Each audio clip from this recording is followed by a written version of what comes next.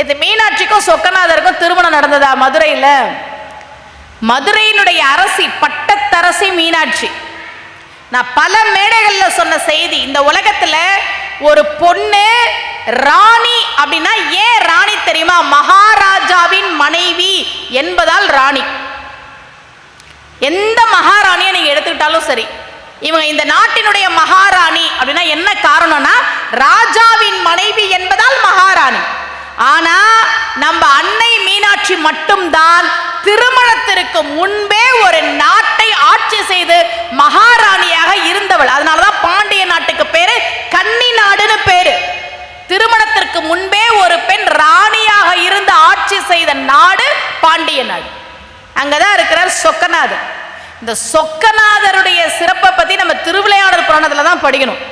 ரொம்ப அழகா பரஞ்சோதியர் சொல்றார், வாழ்க்கையில மனுஷனுக்கு 4 விஷயம் ரொம்ப முக்கியம்: அறம், பொருள், இன்பம், வீடு. அறம் அப்படின்னா நாம அறத்தோட இருக்கணும், நம்மளை சுத்தி இருக்கிறவங்களும் அறத்தோட இருக்கணும். நல்லவங்களா இருந்தாதான் வாழ்க்கை நல்லா இருக்கும். பொருள், பணம் இன்னைக்கு ரொம்ப ரொம்ப முக்கியம். இன்பம், மகிழ்ச்சியா இருக்கணும். சில பேர் தேவையே இல்லாம கஷ்டப்பட்டு இருப்பாங்க. அவங்களே ஸ்ட்ரெஸ்ல இருக்கேன், டிப்ரெஷன்ல இருக்கேன், சைக்காட்ரிஸ்ட போயிட்டு இருக்கிறேன் அப்படிம்பாங்க. இதெல்லாம் தாண்டி வீடு பேர். இந்த 4 தானே நமக்கு முக்கியம். ரொம்ப அழகா பரஞ்சோதியர் சொன்னார், சிவபெருமான் சொக்கநாதனாக, சொக்க வைக்கும் அழகை உடையவனாக அருள்பாலிக்கிற அந்த திரு ஆலவாயில், இன்னைக்கு நம்ம மதுரைன்னு சொல்றோம், அதனுடைய புராண பெயர் திரு ஆலவாய். திரு ஆலவாய் என்று கேட்டவரே அறம் பெறுவார். இப்ப நான் திரு ஆலவாய்னு சொன்னேன், நீங்களாம் கேட்டீங்க. நமக்கு வாழ்க்கையில நிச்சயமா அறம் உண்டு.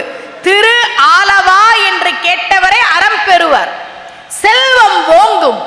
திரு ஆலவாய் என்று நினைத்தவரே பொருள் அடைவார். மதுரையை மனசுல நினைச்சிட்டீங்கன்னா கண்டிப்பாக நிச்சயமா உங்களுக்கு நல்ல ஒரு பொருளாதார முன்னேற்றம் உண்டு.